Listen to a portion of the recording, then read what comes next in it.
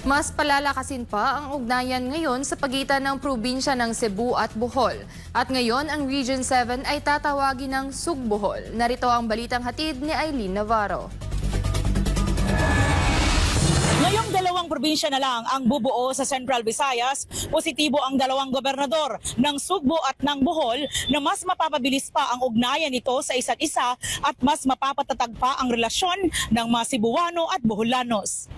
Naging makasaysayan ang unang joint session ng Sangguniang Panlalawigan ng probinsya ng Cebu at Bohol na ginanap sa Social Hall ng Cebu Provincial Capitol. Layunin ng Sisterhood Agreement na pagtibayin at palakasin ang ugnayan ng dalawang probinsya sa ekonomiya, komersyo, turismo at maging ang disaster resilience. Mismo si Provincial Board Member Glenn Soco ang nanguna sa pagsumite ng resolusyon at kalaunan ay agad ring inaprobahan sa joint session.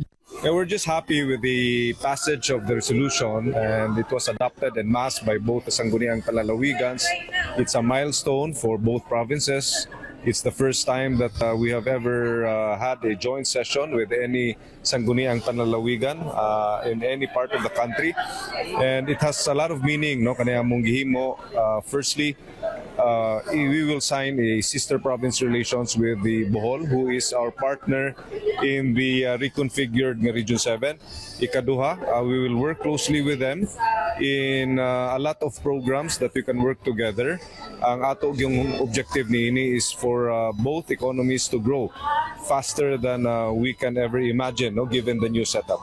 Ang makasaysayang araw ng pagkakaisa sa joint session ay dinaluhan ni Cebu Governor Gwendolyn Garcia at Bohol Governor Aris Umintado kasama ang mga regional directors ng NEDA, DILG at Philippine Statistics Authority. Positibo sina Governor Garcia at Governor Umintado na mas mapapalawak pa ang kooperasyon at progreso ng Central Visayas ngayong mula sa dating 4 na probinsya ay 2 probinsya na lang ang Cebu at Bohol. Matatandaang matapos maging batas ang Republic Act 12000 o Negros Island Region, ang Siquijor at Negros Oriental na dating napabilang sa Central Visayas ay sakop na ng bagong rehiyon, kung kaya tanging Cebu at Bohol na lang ang bubuo sa Central Visayas. Kaya naman ang pagkasunduan ng dalawang gobernador na ang Region 7 o Central Visayas ay tatawagin na ngayong Sugbohol.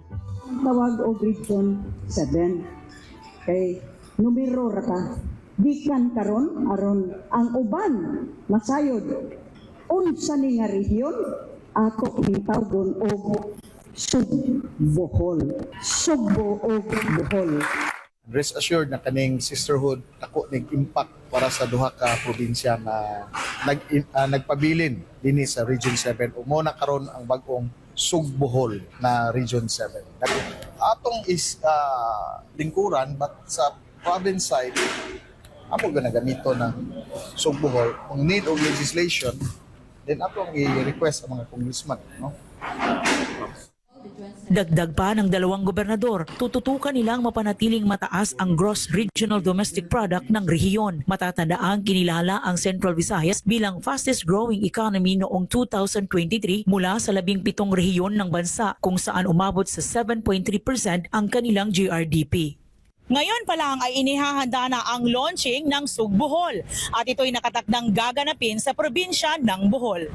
Para sa Diyos at sa Pilipinas nating mahal, Aileen Navarro, SMNI News.